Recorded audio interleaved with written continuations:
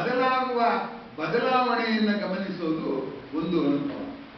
ಅನುಭವ ಎನ್ನುವ ಶಬ್ದಕ್ಕೆ ಇಂಗ್ಲಿಷ್ನಲ್ಲಿ ಎಕ್ಸ್ಪೀರಿಯನ್ಸ್ ಅಂತ ಹೇಳ್ತಾರೆ. ವಿ ಹ್ಯಾವ್ ಎಕ್ಸ್ಪೀರಿಯನ್ಸ್ಡ್ ದಿಸ್ ಅಂತ ಇಂಗ್ಲಿಷ್ನಲ್ಲಿ ಹೇಳೋದು. ಆದರೆ ಗಮನಿಸಿ, ಅನುಭವ ಎನ್ನುವುದಕ್ಕೆ ಇಂಗ್ಲಿಷ್ನಲ್ಲಿ ಶಬ್ದವೇ ಇಲ್ಲ. ಒಂದು ಭಾಷೆಯಲ್ಲಿ ಇರುವ ಶಬ್ದ ಇನ್ನೊಂದು ಭಾಷೆಯಲ್ಲಿ ಇಲ್ಲ ಅಂದರೆ ಅವರ ಲಕ್ಷ್ಯ ಆ ಶಬ್ದದ ಹಿಂದಿರುವಂತಹ ಆಶಯದ ಕಡೆಗೆ ಹೋಗಿಯೇ ಇಲ್ಲ ಅಂತ ಅಲ್ಲ. ಒಂದು ಶಬ್ದವಾಗುವಷ್ಟು ಹೋಗಿದೆ. ಶಬ್ದ ಆಗಬೇಕಾದ್ರೆ ಸುಮ್ಮನೆ ಆಗುವುದಿಲ್ಲ. ಒಂದು ಶಬ್ದ ಹುಟ್ಟಬೇಕಾದ್ರೂ ಅದಕ್ಕೂ ತುಂಬಾ ಒತ್ತಾಯಗಳು ಬೇಕಾಗಿದೆ. ಹಾಗಾಗಿ ವಿಚಿತ್ರ ಅನ್ನಿಸುವ ಹಾಗೆ ಅನುಭವ ಅನ್ನುವಂಥದ್ದು ಹಿಂಗನ್ನ ಇಂಗ್ಲಿಷಿಗೆ ಅನುವಾದ ಮಾಡೋಕ್ಕಾಗಲ್ಲ. ಅನುಭವ ಅನ್ನೋ ಶಬ್ದದಿಂದಲೇ ತಗೊಳ್ಳಿ. ಭವ ಅಂದ್ರೆ ಇರುವಂಥದ್ದು. ಭಾರತೀಯ ಚಿಂತನೆಯೇ ವಿಚಿತ್ರವಾದದ್ದು. ಈಶ್ವರನ ಹೆಸರು ಭವ ಅಂತಲೂ ಇದೆ, ಅದಕ್ಕೆ ಅವನ ಹೆಂಡತಿ ಭವಾನಿ. ಅಭವ ಅಂತಲೂ ಇದೆ. ಅಂದ್ರೆ ಭವದ ಅನುಭವ ನನಗೆ ಎಟುಕದೇ ಇರುವಂಥದ್ದು ಬೇಕಾದಷ್ಟಿದೆ. ಈಗ ಗಾಳಿ ಇಲ್ಲಿದೆ ಅಂದರೆ ಕಾಣೋದಿಲ್ಲ, ಗಾಳಿ ಬೀಸಿದ್ರೆ ಮಾತ್ರ ಕಾಣುತ್ತೆ. ಆದ್ದರಿಂದ ಭವ ಅಭವ ಎರಡೂ ದೈವವೇ ಅನ್ನುವ ಧೋರಣೆ ಭಾರತೀಯರಿಗೆ ಇರೋದ್ರಿಂದ ಭವವನ್ನು ಅನುಸರಿಸಿ ಬಂದದ್ದು ಅನುಭವ. ಹಾಗಾದ್ರೆ ಅನುಭವ ಅಂದ್ರೆ ಏನು ಅಂದ್ರೆ ಅನುಭವವನ್ನು ಅನುಸರಿಸಿ ಬಂದದ್ದು ಅಂತ ಮೇಲ್ನೋಟಕ್ಕೆ ಅನ್ಸುತ್ತೆ. ಆದರೆ ಅನುಭವದ ಜೊತೆಗೆ ಅನನುಭವವೂ ಸೇರಿಕೊಂಡ್ರೆ ಅದು ಅನುಭವ ಆಗೋದು. ಅನನುಭವ ಅಂದ್ರೆ ಏನು? ನಮಗೆ ಯಾವುದು ನೇರವಾಗಿ ಇಂದ್ರಿಯಗಳಿಗೆ ಗೋಚರವಾಗುವುದಿಲ್ವೋ ಅದು ಬುದ್ಧಿಗೆ ಗೋಚರ ಆಗುತ್ತೆ. ಈಗ ಉದಾಹರಣೆಗೆ ನಮಗೆ ವಸ್ತುಗಳು ಕಾಣುತ್ತೆ, ಅದು ವಸ್ತುವಿನ ಅನುಭವ ನನಗಾಗುತ್ತೆ. ಚಲನೆ ಕಾಣುತ್ತೆ, ಚಲನೆಯ ಅನುಭವ ನನಗಾಗುತ್ತೆ. ಆದರೆ ಚಲನೆ ಆಗಬೇಕಾದ್ರೆ ಏನಾಗಬೇಕು? ಈ ಪ್ರಪಂಚ ಎಲ್ಲ ಪರಮಾಣುಗಳಿಂದ ತುಂಬಿಟ್ಟಿದೆ ಅಂತ ಇಟ್ಕೊಳ್ಳಿ, ಅವಾಗ ಚಲನೆ ಆಗೋಕೆ ಸಾಧ್ಯವೇ ಇಲ್ಲ. ಚಲನೆ ಆಗಬೇಕಾದ್ರೆ ಅಲ್ಲಿ ಪರಮಾಣು ಒಂದು ವಸ್ತು ಇರಬಾರದು, ಈ ವಸ್ತು ಅಲ್ಲಿಗೆ ಹೋಗಬಲ್ಲದು. ಆದ್ದರಿಂದ ಈ ಮಧ್ಯೆ ಖಾಲಿ ಜಾಗ, ಶೂನ್ಯ ಅಂತ ನಾವು ಕರಿತೀವಿ, ವ್ಯಾಕ್ಯೂಮ್ ಅಂತ ಕರಿತೀವಿ, ಸ್ಪೇಸ್ ಅಂತ ಕರಿತೀವಲ್ಲ, ಅದು ಅನುಭವ ಗ್ರಾಹ್ಯವಲ್ಲ. ಆದರೆ ಚಲನೆಯನ್ನು ವಿವರಿಸುವುದರ ಸಲುವಾಗಿ ಬುದ್ಧಿ ಅಲ್ಲಿ ಜಾಗ ಇರಬೇಕು ಅಂತ ಕಲ್ಪಿಸಿಕೊಂಡಿರೋದು ಬುದ್ಧಿ ಗ್ರಾಹ್ಯವಾದ. ಆದ್ದರಿಂದ ಅನುಭವ ಅನ್ನೋದು ಇಂದ್ರಿಯ ಗ್ರಾಹ್ಯ ಅಂತ ನಾವು ಭಾವಿಸಿದರೆ, ಇಂದ್ರಿಯ ಗ್ರಾಹ್ಯವನ್ನು ಅದಕ್ಕೆ ಬೆರೆಸುವುದಿದೆಯಲ್ಲ, ಅದು ಅನುಭವ. ನಾನು ಅನ್ನೋದು ವ್ಯಾಕರಣದ ರೀತಿಯ ಏಕವಚನ. ಆದರೆ ನಾನು ಅನ್ನೋದ್ರಲ್ಲಿ 3 ನಾನುಗಳಿವೆ. ಮೊದಲನೆಯ ನಾನು ಯಾವುದು ಅಂತಂದ್ರೆ ಇಂದ್ರಿಯಗಳು. ಈ ಇಂದ್ರಿಯಗಳಿವೆಯಲ್ಲ, ಅವುಗಳು ಪ್ರಪಂಚ ನೋಡಿದ್ವೆ, ಬಂದು ವರದಿ ಮಾಡುತ್ತವೆ ಹೀಗಿದೆ ಅಂತ. ಅದು ಇಂದ್ರಿಯ ಗ್ರಾಹ್ಯವಾದಂಥ ನಾನು. ಆ ಇಂದ್ರಿಯ ಗ್ರಾಹ್ಯವಾದದ್ದು ಸುಮ್ಮನೆ ನಾನು ಅಂತ ಹೇಳೋದಿಲ್ಲ. ಇದು ಚೆನ್ನಾಗಿದೆ, ಇದು ಚೆನ್ನಾಗಿಲ್ಲ, ಇದು ಬೇಕು, ಇದು ಬೇಡ, ಎಲ್ಲವನ್ನು ಸೃಷ್ಟಿ ಮಾಡುತ್ತೆ. ಆದ್ದರಿಂದ ಇಂದ್ರಿಯಗಳು ಪ್ರಪಂಚವನ್ನು ಸೀಳ್ತಾ ಹೋಗುತ್ತೆ, 2 ವರ್ಗ ಮಾಡ್ತಾ ಹೋಗುತ್ತೆ ಅಂತ ಅನೇಕ ರೀತಿಯಲ್ಲಿ ಸೀಳ್ತಾ ಹೋಗುತ್ತೆ. ಆಮೇಲೆ ಆ ಇಂದ್ರಿಯ ಗ್ರಾಹ್ಯವಾದನ್ನ ಮನಸ್ಸೇನ್ ಮಾಡುತ್ತೆ? ಆ ಮನಸ್ಸು ಆ ಅನುಭವವನ್ನು ಮತ್ತೆ ಪರಿಷ್ಕರಣ ಮಾಡೋದಕ್ಕೆ ಶುರು ಮಾಡುತ್ತೆ. ಇಂದ್ರಿಯಗಳಿಗೆ ಖುಷಿ ಆಗುತ್ತೆ. ಸುಖ ಅನ್ನೋ ಪದ ಬಂದಿರೋದೇ ಹಾಗೆ. ಖ ಅಂದ್ರೆ ಇಂದ್ರಿಯ, ಸು ಅಂದ್ರೆ ಸುಸ್ಥಿತಿ. ಇಂದ್ರಿಯಗಳಿಗೆ ಸುಸ್ಥಿತಿ ಅಂತ ಅನ್ಸುತ್ತೆ. ನಾನು ಹಾಡು ಕೇಳ್ತಾ ಇದ್ರೆ ಹಿತವಾಗಿದೆ, ಅದು ಕಿವಿಯ ಸುಖ. ನಾನು ಒಂದು ದೃಶ್ಯ ನೋಡಿದ್ರೆ ಕಣ್ಣಿಗೆ ಹಿತ ಅನ್ನಿಸ್ತಾ ಇದೆ, ಅದು ಕಣ್ಣಿನ ಸುಖ. ಹಾಗಾಗಿ 5 ಸುಖಗಳಿವೆ, 5 ಇಂದ್ರಿಯಗಳಿದೆಯಲ್ಲ. ಆ 5 ಇಂದ್ರಿಯಗಳ ಕಾಂಬಿನೇಷನ್ ಇದೆಯಲ್ಲ, ಸಂಯೋಜನೆ. ಸಿನಿಮಾ ನೋಡ್ತೀರಾ, ಅದರಲ್ಲಿ ದೃಶ್ಯನೂ ಆನಂದ ಪಡ್ತೀರಾ, ರಾಗನೂ ಸಂಯೋಜನೆ ಇದೆ. ಸುಖ ಅನ್ನೋದು ಇಂದ್ರಿಯ ಮಟ್ಟದ್ದು. ಆದ್ದರಿಂದ ನನ್ನ ಅನುಭವದಲ್ಲಿ ಇಂದ್ರಿಯ ಮಟ್ಟದ ಅನುಭವ, ಇಂದ್ರಿಯ ಮಟ್ಟದ ನಾನುವಿನ ಅನುಭವ ಬೇರೆ. ಮನಸ್ಸಿನ ಮಟ್ಟದ ಅನುಭವ ಇದೆಯಲ್ಲ, ಅದೇ ಬೇರೆ. ಅದು ಮನಸ್ಸಿನ ಮಟ್ಟದ ಅನುಭವ ಹೇಗೆ ಅಂದ್ರೆ, ಅದೇನು ಇಂದ್ರಿಯಗಳಿಗೇನು ಸಂತೋಷ ಕೊಡೋದಿಲ್ಲ, ಆದ್ರೆ ಏನೋ ನಮ್ಗೆ ಹಿತ ಅಹಿತ ಅಂತ ಅನ್ಸುತ್ತೆ. ಈಗ ನನ್ನ ಮಗಳ ಮದುವೆಗೆ ಬಂದು ನೀವು ನಮ್ಮ ಮನಸ್ಸಂತೋಷ ಪಡಿಸಬೇಕಾಗಿ ಕೋರುತ್ತೇವೆ. ಮದುವೆಗೆ ಹೋದ್ರೆ ನಾಲ್ಗೆ ಮುಗಿದುವಾಗಲ್ಲ, ಕಣ್ಣು ಮುಗಿದುವಾಗಲ್ಲ, ಏನೂ ಆಗಲ್ಲ. ಅದು ಬಂದ ಸಂತೋಷ ಆಗುತ್ತೆ ನೋಡಿ. ಸುಖ ಅನ್ನೋ ಪದ ಇಲ್ಲೇನಾಯ್ತು, ಸಂತೋಷ ಅಂತಾಯ್ತು. ತೋಷ ಅಂದ್ರೆ ನನ್ಗೆ ಇಷ್ಟ ಸಾಕಪ್ಪ ಅನ್ನೋ ಒಂದು ಸಂತೃಪ್ತಿಯ ಭಾವನೆ. ಸಂತೋಷ ಅಂದ್ರೆ ಪೂರ್ಣವಾದಂತ ಸಂತೃಪ್ತಿ. ಸೊ ಸುಖ ಬಾಳುವ ನಾನು ಬೇರೆ, ಸಂತೋಷ ಪಡುವ ನಾನು ಬೇರೆ. ಜಗತ್ತನ್ನ ಬುದ್ಧಿಯ ಮೂಲಕ ಕೂಡ ನಾವು ನೋಡಬಹುದು. ಆ ಬುದ್ಧಿಯ ಮೂಲಕ ಸಿಗುವ ವಿಶೇಷ ಇದೆಯಲ್ಲ, ಅದಿನ್ನೂ ಬೇರೆ. ಈಗ ನೋಡಿ, ಕೆಲವೊಂದು ಸಂಗತಿಗಳನ್ನ ನಾವು ಇಂದ್ರಿಯಗಳ ಮೂಲಕ ನೋಡಿರ್ತೀವಿ, ಅಷ್ಟೇನು ನಮ್ಮ ಗಮನ ಸೆಳೆದಿರಲ್ಲ, ಅದಿರದೆ ಹಾಗೆ ಅಂತ ಮುಂದಕ್ಕೆ ಹೊರಟೋಗ್ತೀವಿ. ಮನಸ್ಸಿನ ಮೂಲಕ ನೋಡ್ತೀವಿ, ಅವರಿಗೂ ಏನು ಖುಷಿ ಸಿಕ್ಕಿರಲ್ಲ. ಒಂದು ಸ್ವಾರಸ್ಯಕರ ಪ್ರಶ್ನೆ ಹಾಕಿದರೆ ಉತ್ತರ ಸಿಕ್ಕಿದರೆ ಒಂದು ಆಶ್ಚರ್ಯ, ಸಿಕ್ಕಿದ್ರೆ ಇನ್ನೊಂದು ಆಶ್ಚರ್ಯ. ನೋಡದೋ ಇಲ್ಲಿ ಅರಳಿ ನಗುತ್ತಿದೆ 7 ಸುತ್ತಿನ ಮಲ್ಲಿಗೆ, 10ನೆಯ ಹಸುರಾದ ಗಿಡದಲ್ಲಿ ಏನಿದು ಮೂಡಿದೆ ಬೆಳ್ಳಗೆ ಅಂದಾಗ ಏನೋ ಆಗುತ್ತೆ. ಇನ್ನ ನನ್ನಂತೂ ಆ ಪದ್ಯ ಮೊದಲನೇ ಬಾರಿಗೆ ನಾನು ಹೈಸ್ಕೂಲಲ್ಲಿ ಇದ್ದಾಗ ಓದಿದ ನೆನಪು. ಅದು ಓದ್ದಾಗಲೇ ನಂಗೆ ಅನಿಸ್ತು, ನಾನು ಎಷ್ಟು ದಿವಸ ನೋಡಿದ್ದೀನಿ ಮಲ್ಲಿಗೆ ಹೂವು, ಬೇಕಾದಷ್ಟು ಹೂಗಳು ನೋಡಿ, ನಂಗೆ ಯಾಕೆ ಪ್ರಶ್ನೆ ಬರಲಿಲ್ಲ ಅಂತ ನಾಚಿಕೆ ಆಯಿತು. ಆದ್ರೆ ಆ ಪದ್ಯ ಯಾಕೋ ತುಂಬಾ ಚೆನ್ನಾಗಿದೆ ಅಂತ ಅನಿಸ್ತು. ಹಾಗಾಗಿ ಈ ಬುದ್ಧಿಯ ಮಟ್ಟದಲ್ಲಿ ಕೂಡ ಅನುಭವ ಆಗುತ್ತೆ. ಆದ್ದರಿಂದ ಒಂದು ಘಟನೆ, ಒಂದು ವಸ್ತು 3 ಸ್ತರದಲ್ಲಿ, ಅಂದ್ರೆ ನೆಲದಲ್ಲಿ ಇಟ್ಕೊಂಡಾಗ ನೋಡಿದಾಗ ಒಂದು, ಮೊದಲನೇ ಮೆಟ್ಲು ಹತ್ತಿ ನೋಡಿದಾಗ ಒಂದು, 2ನೇ ಮೆಟ್ಲು ಹತ್ತಿ ನೋಡಿದಾಗ ಒಂದು, 3ನೇ ಮೆಟ್ಲು ಹತ್ತಿ ನೋಡಿದಾಗ ಒಂದು, 3 ಹಂತದಲ್ಲಿ ನಾವು ಜಗದ ಲೀಲೆಯನ್ನ, ಜಗದ ರಚನೆಯನ್ನ ಅನುಭವ ಪಡ್ತೇವೆ. ಈ ಎಲ್ಲವೂ ಅನುಭವವೇ. ಈ ಎಲ್ಲವೂ ಪ್ರತ್ಯೇಕವಾಗಿರುತ್ತೆ ಅಂತ ಹೇಳಕ್ಕಾಗಲ್ಲ, ಎಲ್ಲವನ್ನು ಕೂಡಿಸ್ಕೊಳ್ಳಬಹುದು.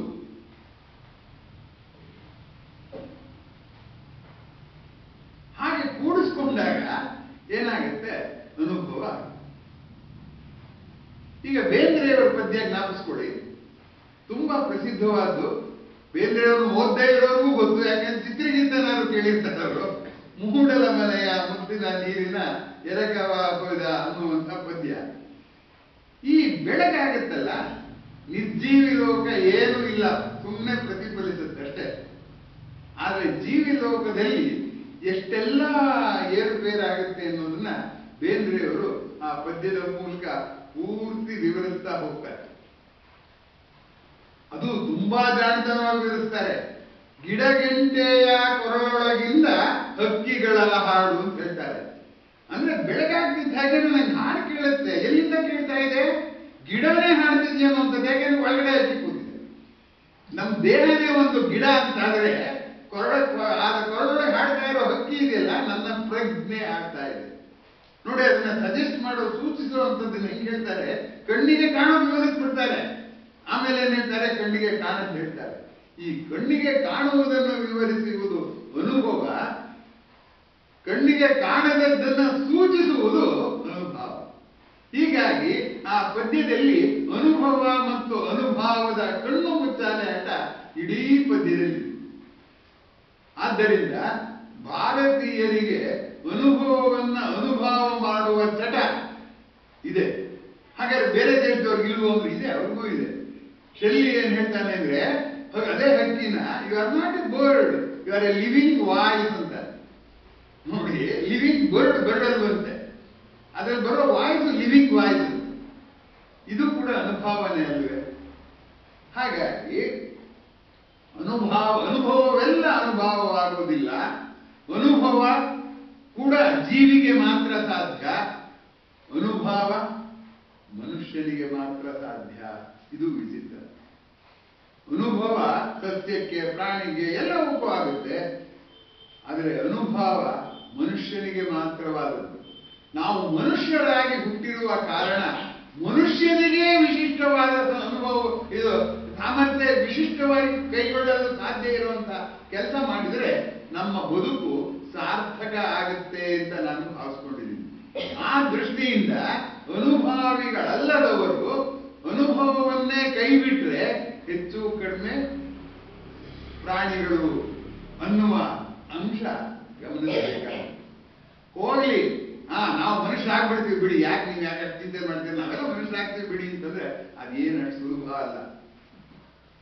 ಅದೇ ಪದ್ಯನೇ ನಾನು ಮುಂದುವರಿಸ್ತೀನಿ. ಎಲ್ಲ ಪದ್ಯದನ್ನು ಹೇಳೋದಿಲ್ಲ, ಬೇರೆ ಹೇಳಬೇಕಾದ್ದು ತುಂಬಾ ಇರೋದ್ರಿಂದ ಅದನ್ನ ನೀವು ಮತ್ತೆ ಆ ಪದ್ಯ ಓದಬೇಕು ಅಂತ ಅನ್ಸಿದ್ರೆ ದಯಮಾಡಿ ಓದಿ, ಅಷ್ಟೇ ನಾನು ಹೇಳೋದು.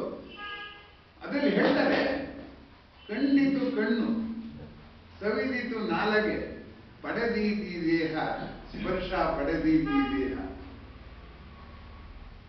ಕಣ್ಣು ನೋಡ್ತು, ಕಿವಿ ಕೇಳ್ತು, ಸ್ಪರ್ಶ ಪಡೆದಿತ್ತು. ಇದೆಲ್ಲವನ್ನು ಅನುಭವಿಸಿದ ಯಾವುದು?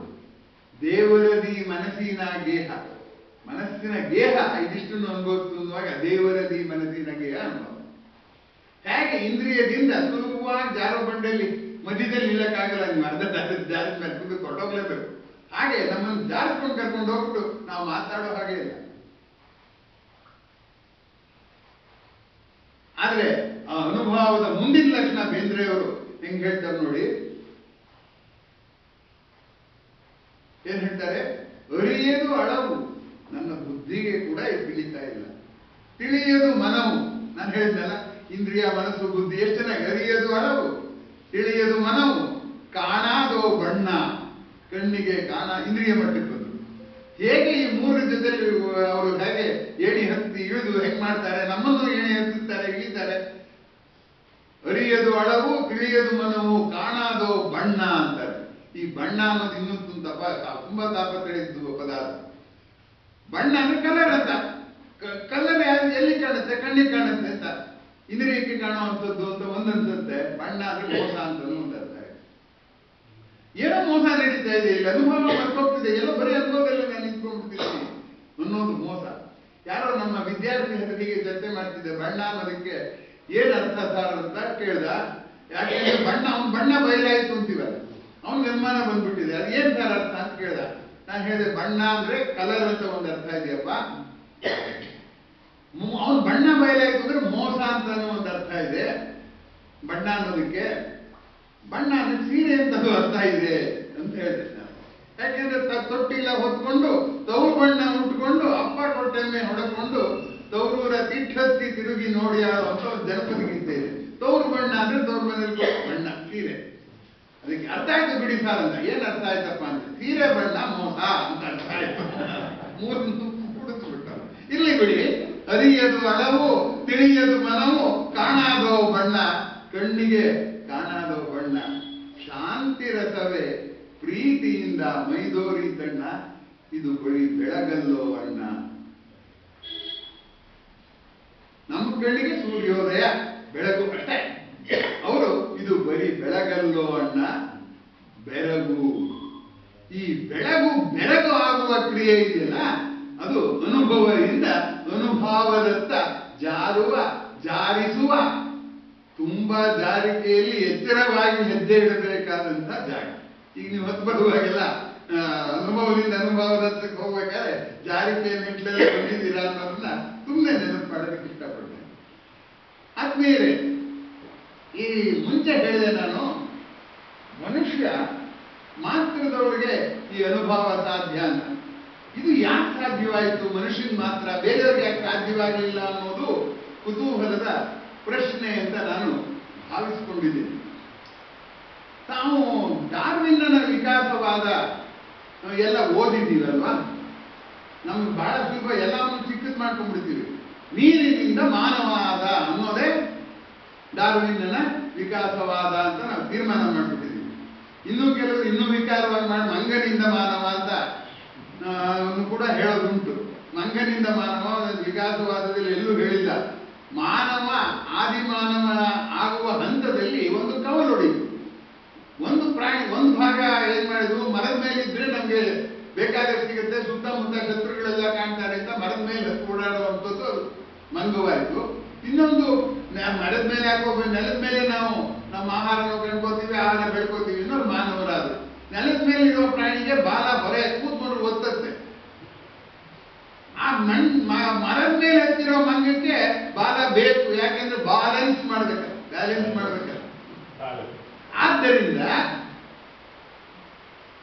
ಮಂಗ ಆಯ್ತು, ಮಾನವ ಆಯ್ತು. ಮಂಗನಿಂದ ಮಾನವ ಆಗಲಿಲ್ಲ. ಒಬ್ರು ಬಯಾಲಜಿ ಮೇಷ್ಟ್ರು ಹೈಸ್ಕೂಲಲ್ಲಿ ಹೇಳಿದಂತೆ, ಮಂಗನಿಂದ ಮಾನವ ಅಂತ ನಾನು ಪಾಠ ಮಾಡ್ತಿದ್ದೀನಿ, ನೀನೇನು ಆಚೆ ಕಡೆಯಿಂದ ನೋಡ್ತಿದ್ಯಾ, ನನ್ನ ಕಡೆ ನೋಡೋ ಅಂತ. ಅಲ್ಲಿ ಎರಡೂ ತಪ್ಪು, ಮಂಗನಿಂದ ಮಾನವ ಅಂದಿದ್ದು ತಪ್ಪು, ನನ್ನ ನೋಡಿದ್ರೆ ಗೊತ್ತಾಗುತ್ತೆ, ನಿಂಗೆ ಗೊತ್ತಾಗುತ್ತೆ, ನನ್ನ ಮಾತು ಕೇಳೋ ಅಂತ ಹೇಳ್ಬೇಕು. ಇರ್ಲಿ ಬಿಡಿ. ಈಗ ಡಾರ್ವಿನ್ನನ ವಿಕಾಸವಾದದ ಅಲ್ಲಿ ಮೀನಿನಿಂದ ಮಾನವ ಅಂತ ಪ್ರಾಸಬದ್ಧವಾಗಿ ಹೇಳಿದ್ರೆ ಸುಲಭ ಅಲ್ಲ. ವಿಕಾಸ ಅಂದ್ರೆ ಏನೇನಾಗ್ಬೇಕು ಹೇಳಿ? ಉಸಿರಾಡುವ ಕ್ರಮ ಬದಲಾಗಬೇಕು, ಆಯ್ತಾ? ನೀರಿನ ಜೊತೆಗೆ ಸಂಪರ್ಕ ಬದಲಾಗಬೇಕು, ಆಹಾರ ಕ್ರಮ ಬದಲಾಗಬೇಕು, ವಿಹಾರ ಕ್ರಮ ಬದಲಾಗಬೇಕು. ಮೀನನ್ನ ನೀರಿನಿಂದ ಮೇಲೆ ಕೆತ್ತಿದ್ರೆ ಸತ್ತು ಹೋಗುತ್ತೆ, ಮಾನವನ್ನ ನೀರಿನೊಳಗೆ ಹಾಕಿ ಸತ್ತು ಹೋಗ್ತಾನೆ. ಹಾಗಾಗಿ ಇಡೀ ಜೀರ್ಣಾಂಗ, ವಿಸರ್ಜನಾಂಗ, ದೇಹದ ರಚನೆ ಎಲ್ಲವೂ ಬದಲಾಗಿದೆ. ಆದ್ದರಿಂದ ಒಂದೊಂದು ಬದಲಾವಣೆಯನ್ನು ಅರ್ಥ ಮಾಡ್ಕೋಬೇಕು. ಆವಾಗ ಡಾರ್ವಿನ್ನನ ವಿಕಾಸವಾದದ ಸೋಜಿಗ ಗೊತ್ತಾಗುತ್ತೆ. ನಾವು ಸರಳವಾಗಿ ಮೀನಿನಿಂದ ಮಾನವ ಅಂತ ಹೇಳ್ಬಿಟ್ರೆ, ಇಂಗ್ಲಿಷ್ನಲ್ಲಿ ಒಂದು ಮಾತಿದೆ, one who simplifies simply lies. ಯಾರು ತುಂಬಾ ಸರಳೀಕರಿಸ್ತಾರೋ ಅವ್ರು ಬರೇ ಸುಳ್ಳು ಹೇಳ್ತಾರೆ ಅನ್ನುವ ಮಾತು ಇದೆ. ನಾವು ಈ ಸುಳ್ಳಲ್ಲೇ ಬಲಿಸ್ತಾ ಇದ್ದೀವಿ. ಸುಳ್ಳಿನ ಹೋಗಿ ಹೇಳಿದ ಮೇಲೆ ದೊಡ್ಡದು ಮಾಡ್ಕೋತೀವ, ಅದು ಮಾಡ್ಕೊಳ್ಳೋದಿಲ್ಲ. ಇರ್ಲಿ ಬಿಡಿ. ಹಾಗೆ ಡಾರ್ವಿನ್ನನ ವಿಕಾಸವಾದ ಇರುವ ಹಾಗೆ ಆ ಸಿದ್ಧಾಂತ ನಾವು ಕೇಳಿದ ಮೇಲೆ ಮನುಷ್ಯನ ಜೀವಿಯ ಪ್ರಜ್ಞೆಯ ವಿಕಾಸನೂ ಆಗಿರ್ಬೇಕಲ್ಲ. ಹೇಗೆ ಪ್ರಜ್ಞೆಯ ವಿಕಾಸ ಆಗಿದೆ ಅಂತ ಅಂದ್ಬಿಟ್ಟು ನಾವು ಆಲೋಚನೆ ಮಾಡಬೇಕಾಗಿದೆ. ಈಗ 15 ದಿವಸದ ಹಿಂದೆ ಮಂಕುತಿಮ್ಮನ ಕಗ್ಗದ ಅಧ್ಯಯನ ಮಾಡೋ ಒಂದು ಗುಂಪಿದೆ. ಅಲ್ಲಿ ಸಸ್ಯಶಾಸ್ತ್ರದ ಡಾಕ್ಟರೇಟ್ ಬರೆದಿರುವಂತಹ ಒಬ್ಬ ಅಧ್ಯಾಪಕಿ ಮಂಕುತಿಮ್ಮನ ಕಗ್ಗದ 2 ಪದ್ಯ ಎಲ್ಲ ವಿವರಿಸಿದರು. ಆಮೇಲೆ ಯಾರೋ ಒಬ್ರು ಅದೆಲ್ಲ ಓದ್ಬಿಟ್ಟು ಸಸ್ಯಗಳಿಗೆ ಆತ್ಮ ಇದೆಯೇ ಅಂತ ಪ್ರಶ್ನೆ ಹಾಕಿದರು. ಸಸ್ಯಗಳಿಗೆ ಆತ್ಮ ಇದೆಯೇ ಇಲ್ವೇ ಅಂತ ಅವರು ಉತ್ತರ ಕೊಡೋಕೆ ಆಗಲಿಲ್ಲ. ಆಮೇಲೆ ನಾನು ಅದಕ್ಕೆ ಉತ್ತರ ಬರೆದೆ. ಅದ್ರಲ್ಲಿ ಏನಾಯ್ತು, 4 ಪುಟ ಬರೆದೆ, 5 ಪುಟ ಬರೆದೆ.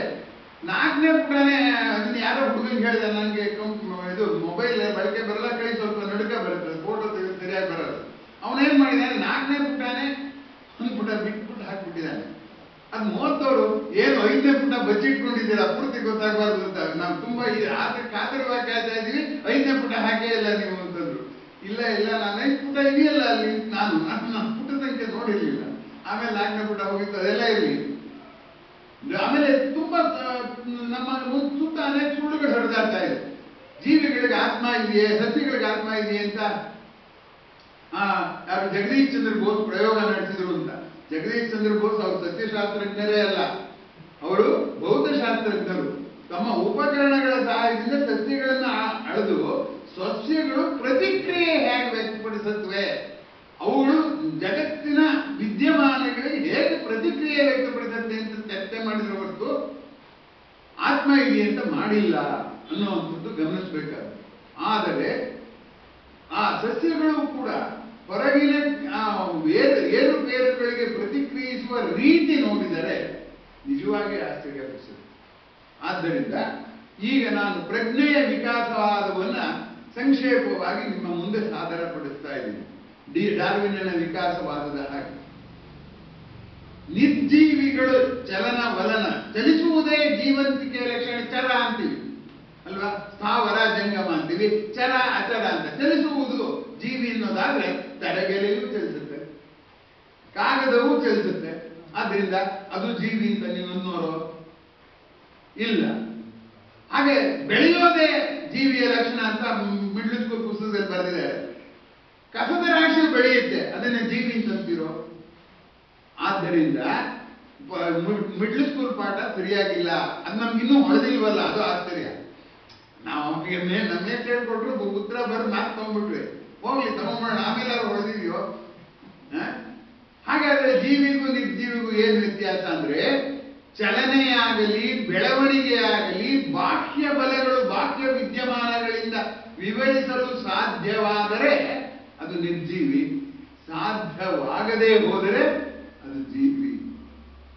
ಈಗ ಒಬ್ಬ ಮನುಷ್ಯ ಹೀಗೆ ಹೋಗ್ತಾ ಇರ್ತಾನೆ, ಇದ್ದಕ್ಕಿದ್ದಾಗೆ ನಿಂತ್ಕೊಂಡ್ಬಿಡ್ತಾನೆ.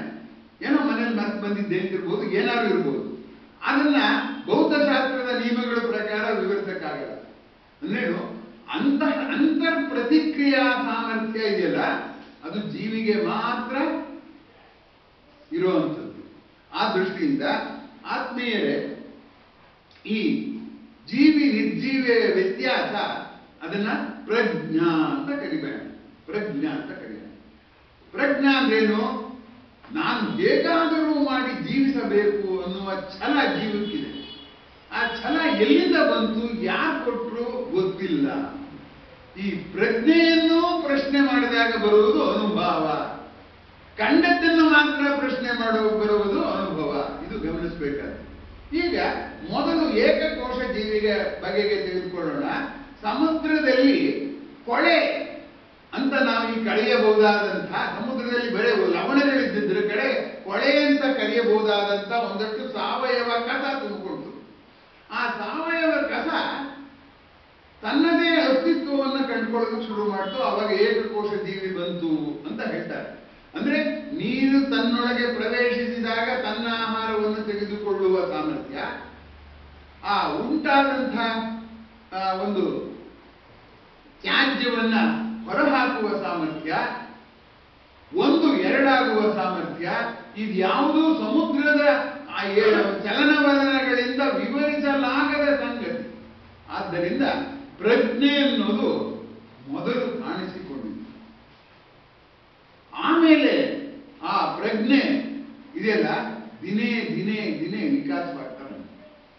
ಆ ಪ್ರಜ್ಞೆ ವಿಕಾಸವಾಗುವ ಹಂತದಲ್ಲಿ ಈಗ ಸಸ್ಯಗಳಿಗೆ ಬರೋಣ. ಸಸ್ಯಗಳಾಗಿ ಕಾಣಿಸಿಕೊಂಡಾಗ ಆ ಪ್ರಜ್ಞೆ ಈ ಸಮುದ್ರದಲ್ಲಿ ಸೃಷ್ಟಿಯಾಯ್ತಲ್ಲ ಏಕಕೋಶ ಜೀವಿ, ಅದಕ್ಕಿಂತ ಜಾಸ್ತಿ. ಪ್ರಜ್ಞೆಯಲ್ಲಿ ಎರಡು ಬಗೆ, ಸ್ವಯಂ ಪ್ರಜ್ಞೆ, ಲೋಕ ಪ್ರಜ್ಞೆ ಅಂತ ಎರಡು ಬಗೆ. ಇಲ್ಲಿ ಗಮನಿಸಬೇಕಾದ್ದು, ಈ ಸ್ವಯಂ ಪ್ರಜ್ಞೆ ಲೋಕ ಪ್ರಜ್ಞೆ ಎರಡೂ ಕೂಡ ಸಮಾಂತರವಾಗಿ ಹೋಗ್ತಾ ಇರುತ್ತೆ. ಈಗ ಉದಾಹರಣೆಗೆ ಸಸ್ಯಗಳಿಗೆ ದ್ಯುತ್ಯನುವರ್ತನೆ ಅಂತಿದೆ. ದ್ಯುತ್ಯನುವರ್ತನೆ ಅಂತ ಅಂದ್ರೇನು? ಒಂದು ಬಿತ್ತ ನೀವು ನೆಟ್ಟಿದ್ದೀರಿ, ಅಲ್ಲಿ ಕಾಂಡ ಬರುತ್ತೆ, ಆ ಕಾಂಡಕ್ಕೆ ಬಿಸಿಲು ಬೇಕು. ಯಾವ ಕಡೆ ಬಿಸಿಲು ಬರುತ್ತೋ ಆ ಕಡೆ ಬೆಳೆಯುತ್ತೆ. ಆ ಕಡೆ ಕಿಟಕಿ ಮತ್ತು ಡೀಪ್ ಆಗಲಿಕ್ಕೆ ಇರ್ತೇವೆ, ಈ ಕಡೆ ಬರುತ್ತೆ. ಒಂದು ಸರಳ ಪ್ರಶ್ನೆ. ನಮ್ಮ ಪ್ರಕಾರ, ತರ್ಕದ ಪ್ರಕಾರ, ಬೇರು ಲಂಬವಾಗಿ ಕೆಳಕ್ಕೆ ಹೋಗ್ಬೇಕು, ಕಾಂಡ ಲಂಬವಾಗಿ ಮೇಲೆ ಹೋಗ್ಬೇಕು. ಆದ್ರೆ ಗಮನಿಸಿ, ಯಾವ ಗಿಡವೂ ಆ ಥರ ಲಂಬವಾಗಿ ಇರುವಂಥದ್ದು ಅಪರೂಪ ಇದೆ. ಅಡಕೆ ಗಿಡ ಇದೆ, ತೆಂಗಿನ ಗಿಡ ಇಲ್ಲ, ತೆಂಗಿನ ಗಿಡ ಬಾಗುತ್ತೆ. ಅದೆಲ್ಲ ಇದು ಯಾಕೆ ಬಾಗುತ್ತೆ ಅನ್ನೋ ಪ್ರಶ್ನೆ ಹಾಕೊಂಡಿರೋ ಪ್ರಶ್ನೆ ಈ ಪ್ರಜ್ಞೆಗೆ ಉತ್ತರ ಹೊಳೆಯುತ್ತೆ. ಫೋಟೋಟ್ರೋಪಿಸಮ್ ಅಂತ ಕರೀತಾರೆ. ದ್ಯುತಿ ಅನುವರ್ತನೆ, ದ್ಯುತಿ ಅನುವರ್ತನೆ ಅಂತ ಕರೀತಾರೆ. ಹಾಗೆ ಬೇರು ಕೂಡ ಅಷ್ಟೇ, ನೇರವಾಗಿ ಹೋಗೋದಿಲ್ಲ. ಅಲ್ಲೊಂದು ಬಂಡೆ ಸಿಕ್ಕಿದ್ರೆ ಪಕ್ಕದಲ್ಲಿ ನೋಡುತ್ತಾಗೆ. ಜಲ ಅನುವರ್ತನೆ ಅಂತ ಕರೆಯೋಣ, ಜಲ ಅನುವರ್ತನೆ. ಇಲ್ಲಿ ಗಮನಿಸಿ, ಹೊರ ಜಗತ್ತಿನಲ್ಲಿ ಜಲ ಎಲ್ಲಿದೆ ಅಂತ ನೋಡ್ಕೊಂಡು ಆ ಕಡೆಗೆ ಅದು ತಿರುಗ್ತಾ ಇದೆ ಅಂತಂದ್ರೆ ಅದಕ್ಕೆ ಸ್ವಯಂ ಪ್ರಜ್ಞೆ ಲೋಕ ಪ್ರಜ್ಞೆ ಎರಡು ಇರ್ಬೇಕಲ್ಲ. ಇಲ್ಲಿ ಹೇಗೆ ಮಾಡುತ್ತೆ ಅದು? ಒಂದು ನಿರ್ಜೀವವಾದ ವಸ್ತುಗಾಗಿದೆಯೋ? ಇಲ್ಲ, ಅದಕ್ಕಿದೆ. ಆದ್ದರಿಂದ ಸ್ವಯಂ ಪ್ರಜ್ಞೆ ಸಸ್ಯಕ್ಕೆ ಏಕಕೋಶ ಜೀವಿಗಿಂತಲೂ ಹೆಚ್ಚು ಇದೆ. ಆಮೇಲೆ ಪ್ರಾಣಿಗಳ ವಿಷಯಕ್ಕೆ ಬಂದರೆ, ಪ್ರಾಣಿಗಳಿಗೆ ಕೂಡ ಏನಾಗಿದೆ? ಸ್ವಯಂ ಪ್ರಜ್ಞೆ ಇದೆ, ಲೋಕ ಪ್ರಜ್ಞೆ ಇದೆ. ಅದರಲ್ಲೂ ವಿಶೇಷವಾಗಿ ಆ ಪ್ರಾಣಿಗೆ ಹಸಿವಾದಾಗ ಈ ಪ್ರಜ್ಞೆ ಇನ್ನೂ ಜೋರಾಗಿ ಸಿಗಿರುತ್ತೆ. ಎಷ್ಟು ಚೆನ್ನಾಗಿ ಹುಲಿ ಬೇಟೆ ಆಡುತ್ತೆ, ಹುಲಿ ಅಥವಾ ಸಿಂಹ ಅಂದ್ರೆ ಜಿಂಕೆ ಕಾಣಿಸ್ಕೊಡುತ್ತದೆ. ಅದು ಹೆದರ್ಕೊಂಡು ಓಡುತ್ತಲ್ಲ, ಅವಾಗಲೇ ಅದು ಹಿಡಿಯಕ್ಕೆ ಹೋಗೋದಿಲ್ಲ, ಅದು ಸುಮ್ಮನೆ ಕಾಣಿಸ್ಕೋತಾ ಇರುತ್ತೆ. ಆ ಜಿಂಕೆ ಓಡಿ ಓಡಿ ಸುಸ್ತಾದಾಗ ಇದು ಜೋರಾಗಿ ಓಡೋದನ್ನ ಹಿಡ್ಕೊಡುತ್ತೆ. ಆದ್ದರಿಂದ ಹಸಿವೆ ಮಾಡಿಸದ ಸತ್ಕಾರ್ಯ ಯಾವುದು? ಹಸಿವೆ ಮಾಡಿಸದ ಕೆಟ್ಟ ಕಾರ್ಯ ಯಾವುದು? ಆದ್ದರಿಂದ ಹಸಿವೆಯ ತಂತ್ರದಲ್ಲೇ ನಮ್ಮ ಪ್ರಜ್ಞೆಯನ್ನ ಚಿಗುರಿಸ್ತಾ ಹೋಗ್ತಾ ಇದೆ ಪ್ರಕೃತಿಯಿಂದ ನನ್ನ ನಂಬಿಕೆ. ಅದಕ್ಕೆ ಮಂಕುತಿಮ್ಮನ ಕಗ್ಗ ಕಾವ್ಯದಲ್ಲಿ DVD ಹೇಳ್ತಾರೆ, ಹೊಟ್ಟೆಯಲ್ಲಿ ಹಸಿವು, ಮನದಲ್ಲಿ ಮಮತೆ, ಈ ಗುಟ್ಟು ಕೀಲುಗಳಿಹವು ಸೃಷ್ಟಿ ಯಂತ್ರದಲ್ಲಿ. ಕಟ್ಟಿಪವು ಕೋಟೆಗಳ, ಕೀಳಿಪವು ತಾರೆಗಳ, ಸೊಟ್ಟಾಗಿಪವು ನಿನ್ನ ಮಂಕುತಿಮ್ಮ. ಅದು ಕನ್ಸ್ಟ್ರಕ್ಟಿವ್ ಇದೆ, ಡಿಸ್ಟ್ರಕ್ಟಿವ್ ಇದೆ, ಎರಡಕ್ಕೂ ಈ ಹಸಿವೇನೇ ಸೂತ್ರ. ನಾವು ಹೇಳ್ತಿರಲ್ಲ ಪರಮಾತ್ಮ ಸೂತ್ರಧಾರ ಅಂತ. ಸೂತ್ರಧಾರ ಸರಿ, ಸೂತ್ರ ಯಾವುದು? ಸೂತ್ರಧಾರ ಅಂತ ಹೇಳ್ತಾರೆ ಕೆಲವು ಮಹಾಪ್ರಾಣ ಗೊತ್ತಿರುತ್ತೆ. ಸೂತ್ರ ಅಂದ್ರೆ ದಾರ, ವಿರುಕ್ತಿ ಆಗ್ಬಿಡುತ್ತೆ ಸೂತ್ರಧಾರ ಅಂದ್ರೆ. ಆ ಸೂತ್ರ ಯಾವುದು ಅಂದ್ರೆ ಹೊಟ್ಟೆಯಲ್ಲಿ ಹಸಿವು, ಮನದಲ್ಲಿ ಮಮತೆ. ಮಮತೆ ಅನ್ನೋದು ಒಂದು ರೀತಿಯಲ್ಲಿ ಸೂಕ್ಷ್ಮ ಶರೀರದ ಹಸಿವು ಅಲ್ವಾ? ನಮ್ಗೆ ಮನುಷ್ಯ ಯಾಕೆ ತುಂಬಾ ಕ್ರೂರಿ ಇದ್ರೆ ನಾನು ಪದೇ ಪದೇ ಹೇಳ್ತಿರ್ತೀನಿ. ಯಾಕೆಂದ್ರೆ ಬೇರೆ ಪ್ರಾಣಿಗಳಿಗೆ ಬರೇ ಹೊಟ್ಟೆ ಹಸಿವಿದೆ, ನಮ್ಗೆ ಹಾಗಿಲ್ಲ. ಕಣ್ಣಿನ ಹಸಿವಿದೆ, ಕಿವಿಯ ಹಸಿವಿದೆ, ಮನಸ್ಸಿನ ಹಸಿವೆ ಇದೆ, ಬುದ್ಧಿಯ ಹಸಿವೆ ಇದೆ ಅಲ್ವಾ? ಅದಕ್ಕೆ ಮನುಷ್ಯ ಸಂಕೀರ್ಣವಾಗಬೇಕಾದ್ರೆ ಪ್ರಕೃತಿ ಏನ್ ಮಾಡ್ತಿದ್ರು, ಹೆಚ್ಚಿನ ಹಸಿವೆಗಳನ್ನ ಕೊಡ್ತಾ ಹೋಗ್ತದೆ. ಹೆಚ್ಚಿನ ಹಸಿವೆ ಕೊಡ್ತಾ ಇದ್ದಿದ್ರಿಂದ ಮನುಷ್ಯ ಹೆಚ್ಚು ಸಂಕೀರ್ಣವಾಗಿ ಜಗತ್ತನ್ನ ಅರ್ಥ ಮಾಡ್ಕೊಳ್ಳೋಕೆ ಶುರು ಮಾಡ್ದ. ಅಂದರೆ ಅನುಭವ ಸಂಕೀರ್ಣವಾಗ್ತಾ ಹೋಯ್ತು. ಒಂದಂಶ ಗಮನಿಸಿ, ಈಗ ಈ 500 ವರ್ಷದಿಂದ ಕತ್ತೆ ಹೇಗಿತ್ತೋ ಇವತ್ತು ನಮ್ಮ ಮನೆಯಲ್ಲಿರೋ ಕತ್ತೆಯೋ ಹಾಗೆ ಇದೆ. ಆದ್ರೆ 500 ವರ್ಷದಿಂದ ಮನುಷ್ಯ ಹೇಗಿದ್ನೋ ಹಾಗಿಲ್ಲ. ಆ ದೃಷ್ಟಿಯಿಂದ ಏನಂತ ತೀರ್ಮಾನ ಮಾಡಬಹುದು ಅಂದ್ರೆ ಅದಕ್ಕೆ ಮನುಷ್ಯನ ಅನುಭವದ ಸಂಕೀರ್ಣತೆಯೇ ಕಾರಣ ಅಂತ ಅರ್ಥ ಮಾಡಬಹುದು. ಕತ್ತೆಯ ಅನುಭವವನ್ನ ನೆನಪಿಟ್ಕೊಳ್ಳೋದಿಲ್ಲ, ಅಥವಾ ಇನ್ನೊಬ್ಬರ ಜೊತೆಲಿ ಹೇಳ್ಕೊಳಕ್ಕೆ ಅದಕ್ಕಾಗೋದಿಲ್ಲ. ಅದು ಆ ಕ್ಷಣಕ್ಕೆ ತನ್ನ ಅನಿಸಿಕೆಯನ್ನ ಬೇರೆ ಪ್ರಾಣಿಯ ಜೊತೆಯಲ್ಲಿ ಹಂಚ್ಕೊಳ್ಬೇಕು ಅಷ್ಟೇ. ಅಂದ್ರೆ ಇನ್ಸ್ಟೆಂಟ್ ರೆಸ್ಪಾನ್ಸ್ ಇದೆಯೇ ಹೊರತು ರೆಕಾರ್ಡಿಂಗ್ ಇಲ್ಲ, ಅಥವಾ ಕಮ್ಯುನಿಕೇಶನ್ ಇಲ್ಲ. ಮುಂದಿನ ತಲೆಮಾರಿನವರಿಗೆ ಹಂಚಿಕೊಳ್ಳೋ ಶಕ್ತಿ ಅದಕ್ಕೆ ಇಲ್ಲ. ಆದ್ದರಿಂದ ಕತ್ತೆ ಕತ್ತಿಯಾಗೆ ಮುಂದುವರೆದಿದೆ ಅನ್ನುವಂಥದ್ದನ್ನು ಜ್ಞಾಪಿಸಿಕೊಂಡರೆ, ಈಗ ಲೋಕ ಪ್ರಜ್ಞೆ ಮತ್ತು ಸ್ವಯಂ ಪ್ರಜ್ಞೆ ಪ್ರಾಣಿಗಳಿಗೆ, ಸಸ್ಯಗಳಿಗೆ ಅದರ ಅಂಶ ಇದ್ದರೂ ಕೂಡ ಅದು ಪ್ರಖರವಾಗಿರುವುದು ಮನುಷ್ಯನಿಗೆ ಮಾತ್ರ. ಅವನಿಗೆ ಸ್ವಯಂ ಪ್ರಜ್ಞೆನೂ ಇದೆ, ಲೋಕ ಪ್ರಜ್ಞೆ ಇದೆ. ಅದು ಎಷ್ಟು ಪ್ರಖರವಾಗಿದೆ ಅನ್ನೋದನ್ನ ಆಲೋಚನೆ ಮಾಡಿ. ನಮ್ಮ ತಲೆಯೊಳಗಿರೋದು 950 ಗ್ರಾಮ್ ಮಿದುಳು, ಕೆಲವ್ರಿಗೆ ಇನ್ನೂ ಕಮ್ಮಿ ಇರುತ್ತೆ ಬೇರೆ. ಆದರೆ ಆ 950 ಗ್ರಾಮ್ ಮಿದುಳು ಭೂಮಿಯಿಂದ ಲಕ್ಷಾಂತರ ಜ್ಯೋತಿರ್ವರ್ಷಗಳ ದೂರದಲ್ಲಿರುವಂತಹ ನಕ್ಷತ್ರದಿಂದ ಬರುವಂತಹ ಬೆಳಕನ್ನು ಮಾತ್ರ, ಅಲ್ಲಿಂದ ಇನ್ನೇನು ಬರುತ್ತೆ ನಮ್ಮ ತನಕ ಬೆಳಕೆ ಬರೋದು, ಅದು ಅಷ್ಟು ದೂರ ಚಲಿಸಿ ಬರುತ್ತೆ. ಆ ಬೆಳಕನ್ನು ಆಧರಿಸಿ ಆ ನಕ್ಷತ್ರದಲ್ಲಿ ಯಾವ ಯಾವ ಧಾತುಗಳಿವೆ, ಅಲ್ಲಿಯ ತಾಪ ಎಷ್ಟು, ಅಲ್ಲಿ ಜೀವಿ ಇದೆಯೇ ಇಲ್ವೇ, ನೀರಿದೆಯೇ ಇಲ್ವೇ, ಎಷ್ಟು ಮಾಹಿತಿಯನ್ನ ಪಡೆದುಕೊಳ್ಳೋದಕ್ಕೆ ಸಾಧ್ಯ ಆಗಿದೆ ಮನುಷ್ಯನಿಗೆ ಅನ್ನುವ ದೃಷ್ಟಿಯಿಂದ ಅನುಭವದ ಸಂಕೀರ್ಣತೆ, ಮಾನವ ಜೀವಿಯ ಅನುಭವದ ಸಂಕೀರ್ಣತೆ ಯಾವ ಮಟ್ಟದ್ದು ಅಂತ ನಿಮ್ಮ ಕಲ್ಪನೆಗೆ ನಾನು ಬಿಡ್ತೇನೆ. ಆದ್ದರಿಂದ ಸುಮ್ಮನೆ ಅದೇ, ಈಗ ಭಾರತ ದೇಶದಲ್ಲಿ ಎಲ್ರಿಗೂ ಒಂದು ಓಟ್ ಇದೆ. ಟಾಟಾ ಬಿರ್ಲಾಗೂ ಒಂದೊಂದೇ ಓಟ್ ಇರೋದು, ನಮ್ಮೂರ ಭಿಕ್ಷೆ ಬೇಡೋಂಗೂ ಒಂದೇ ಓಟ್ ಇರೋದು. ಅದು ಇಬ್ಬರು ಈಕ್ವಲ್ ಅಲ್ಲ ಅನ್ನೋದು ನಾವು ಏನು ಹೇಳಬೇಕಾಗಿಲ್ಲ. ಯಾಕಂದ್ರೆ ಬೇರೆ ಸಾಮರ್ಥ್ಯಗಳೆಲ್ಲ ಲೆಕ್ಕಕ್ಕೆ ತಗೋಬೇಕಾಗಿದೆ. ಹಾಗೆ ಮನುಷ್ಯನಿಗೂ ಪ್ರಜ್ಞೆ ಇದೆ, ಸ್ವಯಂ ಪ್ರಜ್ಞೆ ಇದೆ, ಲೋಕ ಪ್ರಜ್ಞೆ ಇದೆ. ಪ್ರಾಣಿಗಳಿಗೂ ಲೋಕ ಪ್ರಜ್ಞೆ ಇದೆ. ಅಂದ್ರೆ ಮನುಷ್ಯನ ಲೋಕ ಪ್ರಜ್ಞೆ, ಸ್ವಯಂ ಪ್ರಜ್ಞೆ ಎಷ್ಟರ ಮಟ್ಟಿದ್ದು ಅಂತಂದ್ರೆ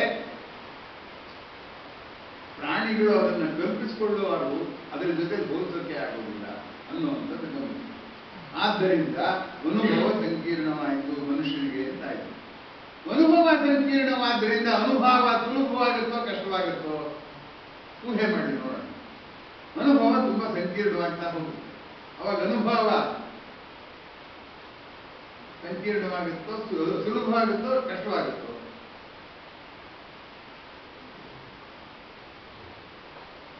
ಕೆಟ್ಟವನು ಅನ್ಸುತ್ತಲ್ವಾ? ಸಂಕೀರ್ಣವಾದ ಅನುಭವದಿಂದ ಅನುಭವ ಸುಲಭ ಅಂತ ಒಂದರೆ ಅನ್ಸುತ್ತೆ. ಆ ಸಂಕೀರ್ಣ ಅನುಭವವೇ ಜಟಿಲತೆಯನ್ನು ಸೃಷ್ಟಿ ಮಾಡಿದರೆ, ಅಹಮಿಕೆಯನ್ನು ಸೃಷ್ಟಿ ಮಾಡಿದರೆ, ಆಗ ಏನಾಗುತ್ತೆ? ಅನುಭವಕ್ಕೆ ಹೋಗೋದು ಕಷ್ಟ ಆಗುತ್ತೆ. ಹಾಗಾಗಿ ಮಾನವರೆಲ್ಲ ಅನುಭವಕ್ಕೆ ಹೋಗಬಾರದು ಅನ್ನೋ ರೀತಿಯಲ್ಲಿ ನೀವು ಇನ್ನೂ ವಿಕಾಸ ಆಗಬೇಕು ಅನ್ನೋ ರೀತಿಯಲ್ಲಿ ಅನುಭವದಿಂದ ಅನುಭವಕ್ಕೆ ಹೋಗುವ ಸಾಮರ್ಥ್ಯಕ್ಕೆ ಒಂದು ಪರಿಮಾಣ ಅನುಭವವೇ ಕೊಡುತ್ತೆ ಅನ್ನೋದು ತುಂಬಾ ಗಮನಿಸಬೇಕಾಗುತ್ತೆ. ಭಗವದ್ಗೀತೆಯಲ್ಲಿ ಹೇಳ್ತಾನೆ ಕೃಷ್ಣ, ಇಂದ್ರಿಯಾಣಿ ಪರಾಣ್ಯಾಹು, ಇಂದ್ರಿಯಗಳು ಶ್ರೇಷ್ಠ ಅಂತ ಹೇಳ್ತಾರೆ, ಆಹು ಅಂತ ಹೇಳ್ತಾರೆ. ಯಾಕೆಂದ್ರೆ ಕಲ್ಲಿಗೆ ಇಂದ್ರಿಯ ಇಲ್ವಲ್ಲ, ಸುಕ್ಕೆ ತಗೊಂಡ್ರೆ ಪಡಿಸ್ಕೊಡುತ್ತೆ, ಸೀಳುತ್ತೆ ಹೊರತು ಅವು ಬೇಡ ಅನ್ನೋದು ಇಲ್ಲ, ಏನು ಶಬ್ದ ಮಾಡುತ್ತೆ ಮಾಡೋದಿಲ್ಲ. ಅದಕ್ಕೆ ಇಂದ್ರಿಯ ಇಲ್ಲ. ಇಂದ್ರಿಯಾಣಿ ಪರಾಣ್ಯಾಹು ಇಂದ್ರಿಯೇಭ್ಯ ಪರಮ್ಮನಃ ಮನಸಸ್ತು ಪರಾ ಬುದ್ಧಿ ಬುದ್ಧಿ ಪರತಸ್ತುತೆ ಅಂತ ಹೇಳ್ತಾನೆ ಭಗವದ್ಗೀತೆ ಕೃಷ್ಣ. ಇಂದ್ರಿಯಗಳು ನಿರ್ಜೀವಿಗಳಿಗಿಂತ ಜೀವಿಗಳಿಗಿರೋದ್ರಿಂದ ಇಂದ್ರಿಯ ಶ್ರೇಷ್ಠ, ಇಂದ್ರಿಯಕ್ಕಿಂತ ಮನಸ್ಸು ಶ್ರೇಷ್ಠ, ಮನಸ್ಸಿನ ಬುದ್ಧಿ ಶ್ರೇಷ್ಠ, ಬುದ್ಧಿಗೆ ತನಗಿಂತಲೂ ಶ್ರೇಷ್ಠವಾಗಿದೆ ಅಂತ ಕಂಡುಕೊಳ್ಳೋ ಜವಾಬ್ದಾರಿನೂ ಇದೆ. ಆದ್ದರಿಂದ ಯಾರ ಬುದ್ಧಿ ತನಗಿಂತ ಶ್ರೇಷ್ಠವಾದ್ದು ಇದೆ ಅಂತ ಕಂಡುಕೊಳ್ಳುತ್ತೋ, ಯಾರ ಬುದ್ಧಿ ಮನಸ್ಸು ಬುದ್ಧಿಯನ್ನು ಚಂಚಲಗೊಳಿಸಿದಾಗ ನೋಡ್ಕೊಳ್ಳುತ್ತೋ, ಇಂದ್ರಿಯಗಳನ್ನ ಚಂಚಲವಾಗದಾಗ ನೋಡ್ಕೊಳ್ಳುತ್ತೋ, ಈ ಮೂರು ಕೆಲಸ ಮಾಡಿದ್ರೆ ಆಗ ಅನುಭವ ಉಂಟಾಗುತ್ತೆ. ಅದಕ್ಕೆ ಅನುಭವ ಬಹಳ ಜನಕ್ಕೆ ಆಗುವುದಿಲ್ಲ. ಯಾಕೆಂದ್ರೆ ಅನುಭವವನ್ನ ಅನುಭವಿಸಕ್ಕೆ ಹೋಗ್ತೀವಿ ಹೊರತು ಅದನ್ನ ಪ್ರಶ್ನೆ ಮಾಡಿದ್ ಯಾಕೆ ಹೀಗಾಗ್ತಿದೆ ಅನ್ನೋ ಕಾರಣ ಹುಡುಕಕ್ಕೆ ಹೋಗೋರು ಕೆಲವೇ ಜನ. ಅದು ಕೇವಲ ಬುದ್ಧಿಯ ಕಾರ್ಯ. ಅದಕ್ಕೇನೆ ಆಗಲ್ಲ. ಮನುಷ್ಯ ಸ್ವಯಂ ಪ್ರಜ್ಞೆ, ಲೋಕ ಪ್ರಜ್ಞೆ ಎರಡೂ ಅಲ್ಲದೆ ಇನ್ನೊಂದು ಪ್ರಜ್ಞೆ ಇದೆ ಅವನಿಗೆ. ಏನಂದ್ರೆ ಸಂಬಂಧ ಪ್ರಜ್ಞೆ. ಲೋಕದಲ್ಲಿ ಆಗುವ ಬದಲಾವಣೆಗೂ ನನಗೂ ಏನ್ ಸಂಬಂಧ ಅಂತ ಪ್ರಶ್ನೆ ಹಾಕೋತಾನೆ. ಅದನ್ನ ಯಾವ ಪ್ರಾಣಿನೂ ಹಾಕೊಳ್ಳೋದಿಲ್ಲ. ಜಗದ ಚೆಲುವಿಗೆ ಬಗೆಯ ನೂರಣನೆ ಅಂತ ಪೂತಿ ನರಸಿಂಹಾಚಾರ್ಯ ಒಂದು ಪದ್ಯ ಬರ್ತಿದ್ದಾರೆ. ಅವ್ರು ಬರೀತಾರೆ, ಆ ಬೆಟ್ಟ ಇದೆಯಲ್ಲ, ಬೆಟ್ಟ ನಾನು ನೋಡ್ತಾ ಇದ್ದೀನಿ, ಅಲ್ಲಿ ಕುರಿಗಳು ಹೋಗುತ್ತವಲ್ಲ, ಆ ಕುರಿಗಳು ಹೋಗ್ತಾ ಇರೋದು ನನಗೆ ಎತ್ತರದಿಂದ ಹೇಗೆ ಕಾಣುತ್ತಪ್ಪ ಅಂದ್ರೆ ಇಡೀ ಬೆಟ್ಟವೇ ಉಸಿರಾಡ್ತಾ ಇದೆಯೇನೋ ಅಂತ ಅನ್ಸುತ್ತೆ. ನೋಡಿ ಹೇಗಿದೆ ಭವ್ಯವಾದ ಕಲ್ಪನೆ. ಅದೆಲ್ಲ ಸರಿ, ಅದನ್ನ ನೋಡಿದ್ರೆ ನನಗೆ ಯಾಕೆ ಸಂತೋಷ ಆಗ್ಬೇಕು? ಕುರಿಗಳು ಹೊಟ್ಟೆ ಹೊರ್ಕೊಳಕ್ ಹೋಗ್ತಿದೆಯಪ್ಪ, ನಾನು ನೋಡಿದ್ನಪ್ಪ, ನಂಗೆ ಯಾಕೆ ಸಂತೋಷ ಆಗ್ಬೇಕು? ಈ ಪ್ರಶ್ನೆ ಹಾಕೊಳ್ಳೋದಿದೆಯಲ್ಲ, ಈ ಸಂಬಂಧದ ಪ್ರಶ್ನೆ ಹಾಕೊಳ್ಳೋದಿದೆಯಲ್ಲ, ಅದು ಮನುಷ್ಯನೊಬ್ಬನೇ ಮಾಡೋದು. ಬೇರೆ ಪ್ರಾಣಿಗಳೇನು ಹುಲ್ಕಂಡು ತಿನ್ನತ್ವೆ, ಇಲ್ಲ ಅಷ್ಟೇ. ಪ್ರಜ್ಞೆ ಇಲ್ಲ ಅಂತಿಲ್ಲ, ಅದಕ್ಕೆ ಇದೆ, ಆದ್ರೆ ಇಷ್ಟು ತೀಕ್ಷ್ಣವಾದ ಪ್ರಜ್ಞೆ ಇಲ್ಲ ಅಲ್ವಾ? ಒಣಗಿದ್ದು ಬೇಸಗೆಯೋಳು ಎದ್ದು ಮಳೆಗರೆಂದು ಗುಣಿ ಏನದೆ ತಿಟ್ಟೆನದೆ ಸಿಕ್ಕಿಡೆರೆ ಬೆಳೆದು ಉಣಿಸ ನೀವನ್ನು ದನಕ್ಕೆ ತಣಿಸವ ನೀವನ್ನು ಮನಕ್ಕೆ ಗುಣಶಾಲಿ ತೃಣಸಾಧು ಮಂಕುತಿಮ್ಮ. ಒಳ್ಳೆಯವರಾಗಿ ಎಲ್ರಿಗೂ ಸಂತೋಷ ಪಡ್ತಾರೆ. ಜಾಣತನೂ ಬೇಕಾಗಿಲ್ಲ, ಅನುಭವವೂ ಬೇಕಾಗಿಲ್ಲ, ಏನೂ ಬೇಕಾಗಿಲ್ಲ. ಅದು ಮಾಡ್ತಾ ಇದೆ ಆ ಕೆಲಸ. ಆದ್ರೂ ನಾವು ಹುಲ್ಲಾಗಬೇಕು ಅಂತ ನಾವೆಂದು ಅಂದ್ಕೊಳ್ಳೋದಿಲ್ಲ. ಆವೇಶದಲ್ಲಿ ಪಂಪ ಹೇಳ್ದ, ಮರಿತೊಂಬಿಯಾಗಿ ಮೇನ್ ಕೋಗಿಲೆಯಾಗಿ ಅಂತ. ಬಿಡಿ, ಸಾಮಾನ್ಯ ಜನ ನಾವೆಲ್ಲ ಅಂತೀವ, ಇಲ್ಲ ನನ್ನ ಮುಂದಿನ ಜನ್ಮ ಇದ್ರೆ ಒಬ್ಬ ಸಿನಿಮಾ ನಟಿಯ ಮಗನೋ, ಮಂತ್ರಿಯ ಅಳಿಯನೋ, ಬಿಸ್ನೆಸ್ ಮ್ಯಾನ್ ಮಗನೋ ಆಗ್ಬೇಕು ಅಂತ ನಾವು. ಹಾಗಾಗಿ ಆತ್ಮೀಯರೇ, ಅನುಭವಕ್ಕಿಂತ ನಾವು ಅನುಭವದ ಕಡೆಗೆ ಓಲಿದಿವೆ ಅನ್ನುವಂಥದ್ದನ್ನ ನಾವಿಲ್ಲಿ ಗಮನಿಸಬೇಕಾದದ್ದು. ಆದ್ದರಿಂದ ಹಸಿವೆ ಅನ್ನೋ ದಾರ ಅಂತ ನಾನು ಹೇಳಿದ್ನಲ್ಲ, ಹಸಿವೆಗಳು ಜಾಸ್ತಿ ಆಗ್ಬಿಟ್ರೆ ಹಸಿವೆಗಳ ನಡುವೆ ಕಚ್ಚಾಟ ಶುರುವಾಗ್ಬಿಡುತ್ತೆ, ನಮ್ಮ ಅನುಭವ ಹಿಂದಕ್ಕೆ ಸರಿದು ಬಿಡುತ್ತೆ. ದನ, ಕರಡಿ, ಮೀನು, ಹಾವುಗಳಿಗೆಲ್ಲ ಇನಿ ತುಣಿಸು ಬೆದೆ ಬೆದರು. ಒಂದಿಷ್ಟು ಊಟ, ಬೆದೆ ರಕ್ಷಣೆ, ಇದು ಲೈಂಗಿಕ ಚಪಲ, ಬೆದರು, ತನ್ನನ್ನು ರಕ್ಷಿಸಿಕೊಳ್ಳುವಷ್ಟು ಎಚ್ಚರ, ಇದಿಷ್ಟು ಸಾಕು. ಮಾನವನ ಅದರಿಂದ ಎನಿತು ತಣಿದಾನು ಅವನಿಗಂ ಕ್ಷಣ ಕ್ಷಣಕ್ಕೂ ಹೊಸ ಹಸಿವು ಮಂಕುತಿಮ್ಮ ಅಂತ ಡಿ.ವಿ. ಜಿಯವರು ಈ ಹಸಿವು ಜಾಸ್ತಿ ಆದ್ರೂ ಕಷ್ಟ, ಇಲ್ಲದೇ ಇದ್ರೂ ಕಷ್ಟ ಅನ್ನುವ ಮಾತನ್ನ ನಮಗೆ ನೆನಪು ಮಾಡಿಕೊಟ್ಟಿದ್ದಾರೆ ಅನ್ನುವಂಥದ್ದನ್ನು ಗಮನಿಸಿದ್ರೆ, ಅನುಭವದ ಅತಿರೇಕದಿಂದಲೂ ಅನುಭವ ಕಡ್ಡಿ, ಅನುಭವದ ಸರಳತೆಯಿಂದಲೂ ಅನುಭವ ಕಡ್ಡಿ. ಆದ್ರಿಂದ ಅನುಭವಕ್ಕೆ ಜಾರು ಬೇಕಾದ್ರೆ ಒಂದು ವಿಶೇಷವಾದಂಥ ಸಂಗತಿ ಇರಬೇಕು ಅಂತ ನಾನು ನಿಮಗೆ ನೆನಪು ಮಾಡಿಕೊಡೋದಕ್ಕೆ ಬಯಸ್ತೇನೆ. ಆತ್ಮೀಯರೇ,